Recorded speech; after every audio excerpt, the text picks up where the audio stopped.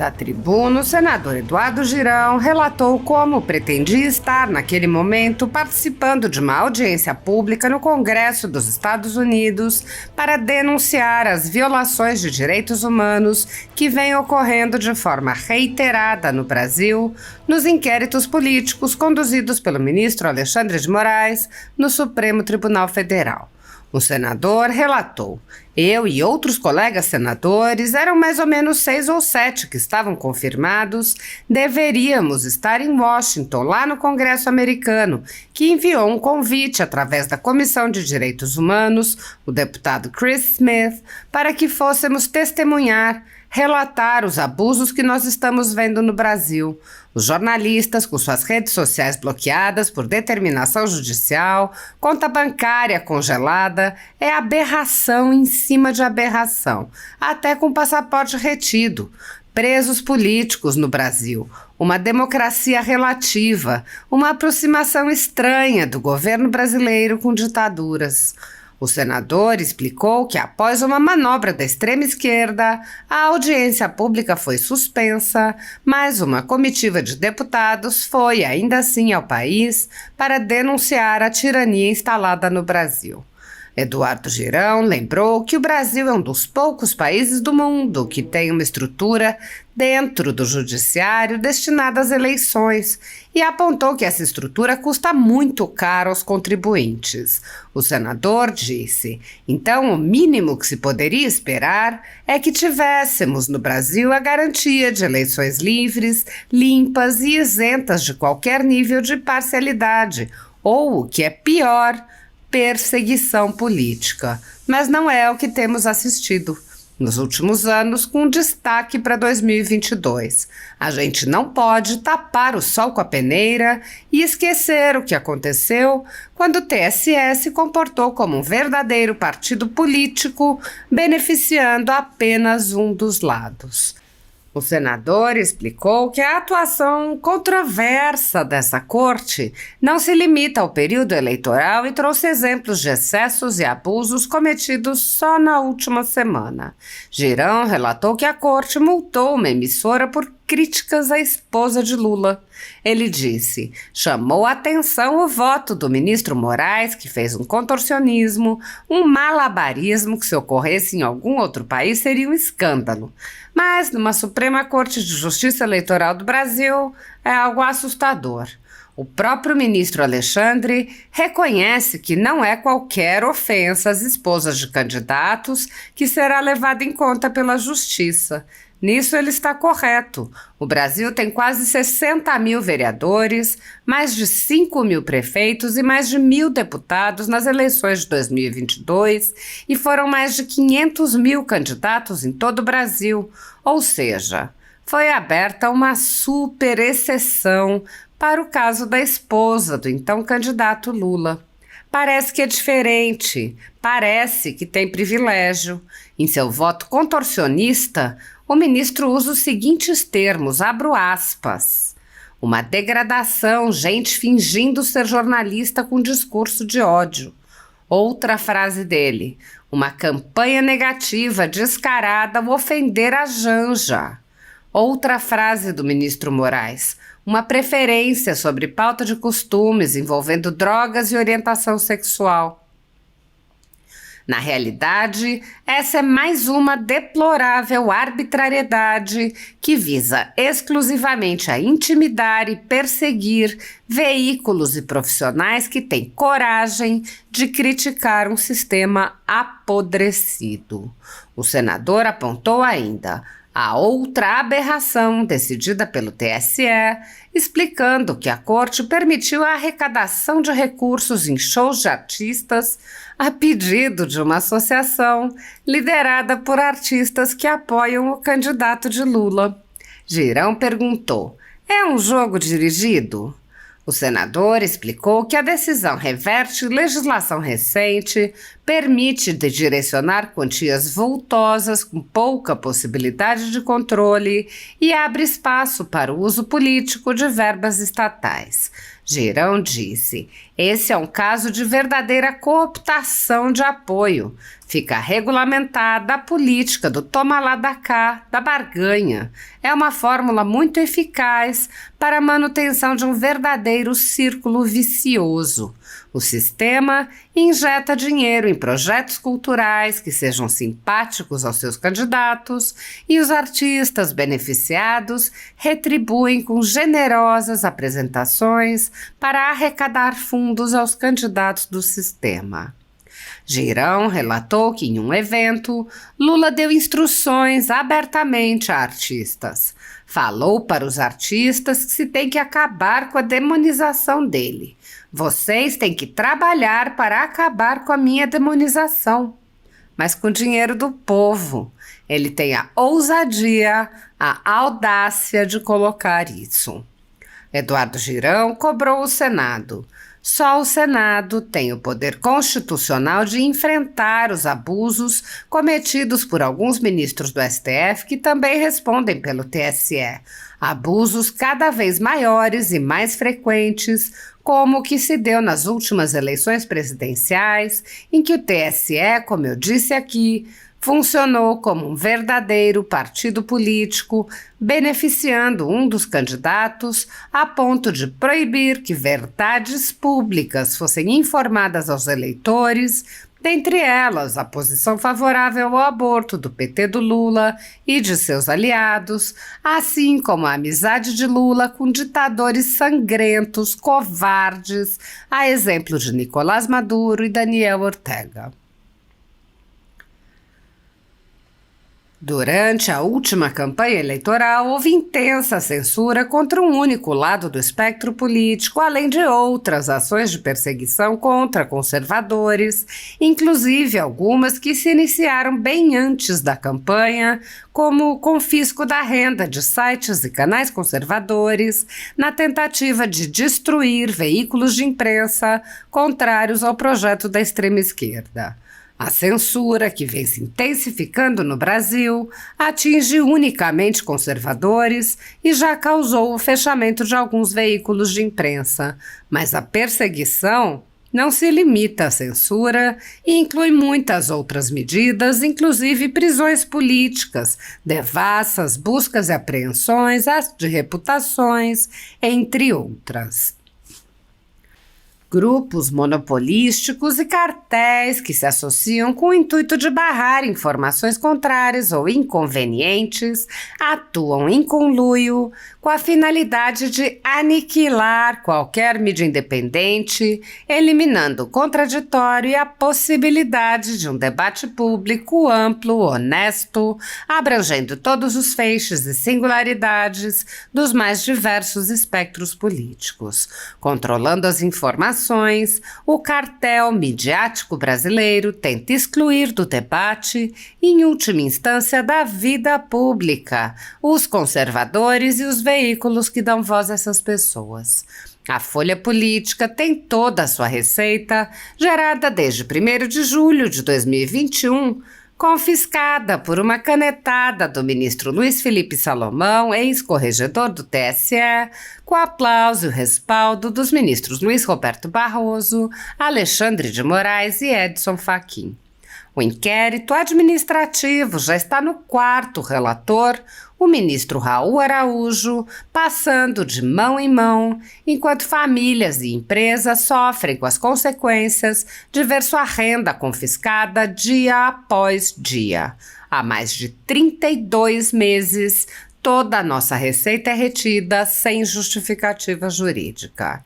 Anteriormente, a Folha Política teve sua sede invadida e todos os seus equipamentos apreendidos a mando do ministro Alexandre de Moraes em inquérito que foi arquivado por falta de indícios de crime. Mesmo assim, a equipe continuou trabalhando como sempre, de domingo a domingo, dia ou noite, para trazer informação sobre os 3 poderes e romper a espiral do silêncio imposta pela velha imprensa, levando informação de qualidade para todos os cidadãos e defendendo os valores, as pessoas e os fatos excluídos pelo mainstream, como o conservadorismo e as propostas de cidadãos e políticos de direita. Se você apoia o trabalho da Folha Política e pode ajudar a evitar que o jornal seja fechado pela ausência de recursos para manter sua estrutura, cumprir seus compromissos financeiros e pagar seus colaboradores, doe qualquer valor à empresa Raposo Fernandes por meio do Pix, cujo QR Code está visível na tela, ou por meio do código ajude@folhapolitica.org. Caso não utilize Pix, há a opção de transferência bancária para a conta da empresa Raposo Fernandes, disponível na descrição deste vídeo e no comentário fixado no topo. A Folha Política atua quebrando barreiras do monopólio da informação há mais de 10 anos e, com sua ajuda, poderá se manter firme e continuar a exercer o seu trabalho. Pix ajude@folhapolitica.org. Assista. Paz e bem, senhor presidente Chico Rodrigues, senhoras senadoras, senhores senadores, funcionários dessa casa, obrigado, assessores e brasileiros que nos acompanham agora pelo trabalho muito profissional da equipe da TV Senado, Rádio Senado e Agência Senado. Senhor presidente, nesse dia de hoje, dia 12 de março, eu e outros colegas senadores, eram mais ou menos 6 ou 7 que estavam confirmados, deveríamos estar em Washington, lá no Congresso americano, que enviou um convite através da Comissão de Direitos Humanos, deputado Chris Smith, para que fôssemos testemunhar, relatar os abusos que nós estamos vendo no Brasil, os jornalistas com as suas redes sociais bloqueadas por determinação judicial, conta bancária congelada, é uma aberração em cima de aberração, até o passaporte retido, presos políticos no Brasil, uma democracia relativa, uma aproximação estranha com ditaduras do governo brasileiro e, de forma inédita, senhor presidente, foi cancelado, foi adiado o evento, depois de que um deputado democrata, que é o vice-presidente do deputado Chris Smith, que é republicano, vetou.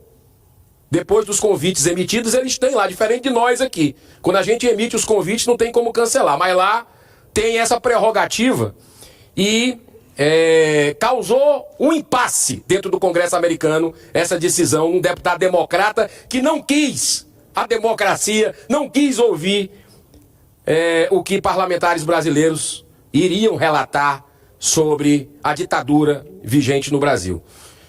Enfim, paralisou a Comissão de Direitos Humanos lá, porque agora o presidente também não vota nada, não delibera nada, enquanto não se realizar essa audiência pública, e nós esperamos aqui, esse grupo de senadores, a data que nós vamos voltar aos Estados Unidos. Os deputados mantiveram a ida, estão fazendo agora, nesse momento, ou há pouco tempo atrás, uma coletiva de imprensa, e é importante que o mundo saiba o que está acontecendo no Brasil.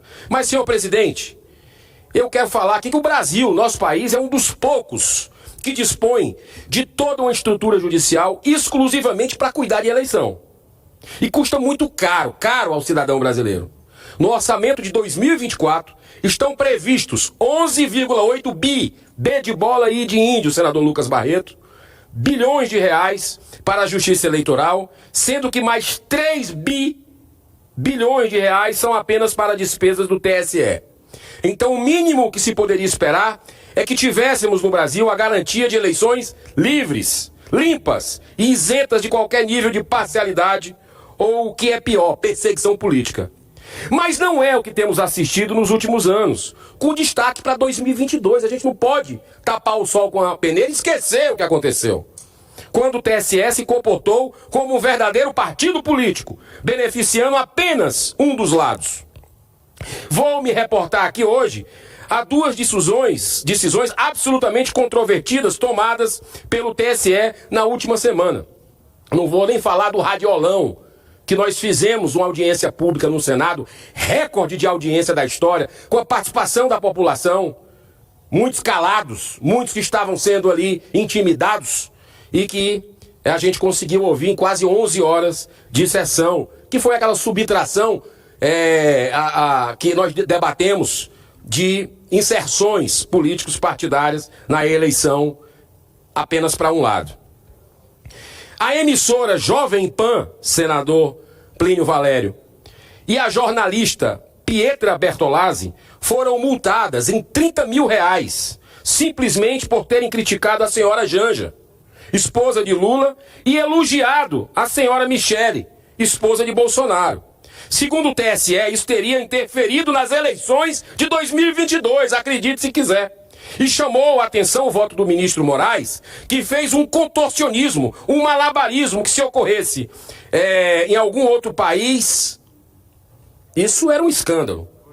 Mas numa Suprema Corte de Justiça Eleitoral do Brasil é algo assustador. O próprio ministro Alexandre reconhece que não é qualquer ofensa às esposas de candidatos que será levada em conta pela Justiça. Nisso ele está correto. O Brasil tem quase 60 mil vereadores, mais de 5 mil prefeitos e mais de 1.000 deputados nas eleições de 2022 e foram mais de 500 mil candidatos em todo o Brasil, ou seja, foi aberta uma super exceção para o caso da esposa do então candidato Lula. Parece que é diferente, parece que tem privilégio. Em seu voto contorcionista, o ministro usa os seguintes termos, abro aspas, uma degradação, gente fingindo ser jornalista com discurso de ódio. Outra frase dele, uma campanha negativa, descarada ao ofender a Janja. Outra frase do ministro Moraes, uma preferência sobre pauta de costumes envolvendo drogas e orientação sexual. Na realidade, esse é mais uma deplorável arbitrariedade que visa exclusivamente intimidar e perseguir veículos e profissionais que têm coragem de criticar um sistema apodrecido. A outra aberração decidida pelo TSE, senhor presidente, na última semana, diz respeito à liberação de shows de artistas na próxima campanha municipal com a finalidade de arrecadar recursos através da venda de ingressos. Olha que engraçado. A ação foi movida por uma associação dirigida pela produtora cultural Paula Lavigne, esposa de Caetano Veloso.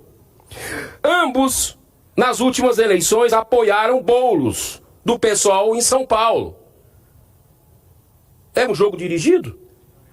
São 3 gravíssimas constatações. A primeira é que em 2006 foi alterada a Lei 9.504, proibindo a realização de showmício e de evento assemelhado para a promoção de candidatos, bem como a apresentação remunerada ou não de artistas com a finalidade de animar comício ou reunião eleitoral. Uma rara reforma eleitoral justa e correta com o objetivo de diminuir o impacto do abuso do poder econômico nas eleições. A segunda é que agora existe um indecente fundo eleitoral. Os partidos terão simplesmente 4,9, sim, quase 5 B de bola aí de índio, bilhões de reais para gastar nas campanhas para prefeitos e vereadores. Será praticamente impossível fiscalizar de forma correta a compra e venda de ingressos em shows sem vinculação com o fundo eleitoral. E a terceira, senhor presidente, tem relação com os bilhões de reais derramados pelo governo federal para o que eles chamam de cultura, incluindo aí recursos das estatais, como fez a Petrobras, que acabou de lançar um programa cultural de 250 milhões de reais. Esse é um caso de verdadeira cooptação de apoio. Fica regulamentada a política do toma lá da cá, da barganha. É uma fórmula muito eficaz para a manutenção de um verdadeiro ciclo vicioso. O sistema injeta dinheiro em projetos culturais que sejam simpáticos aos seus candidatos e os artistas beneficiados retribuem com generosas apresentações para arrecadar fundos dos candidatos do sistema. Ora. E aí vem o presidente Lula dizer, no evento recente de cultura, dizer que não, que tem que reescrever a história, que tem que mostrar o que a Lava Jato foi danosa para o país, falando para os artistas. Tem que acabar com a demonização dele, que vocês têm que trabalhar para acabar com a minha demonização com o dinheiro do povo. Tem a ousadia, a audácia de colocar isso. Para encerrar, senhor presidente, só o Senado, senador Plínio Valério, tem o poder constitucional de enfrentar os abusos cometidos por alguns ministros do STF, que também respondem pelo TSE.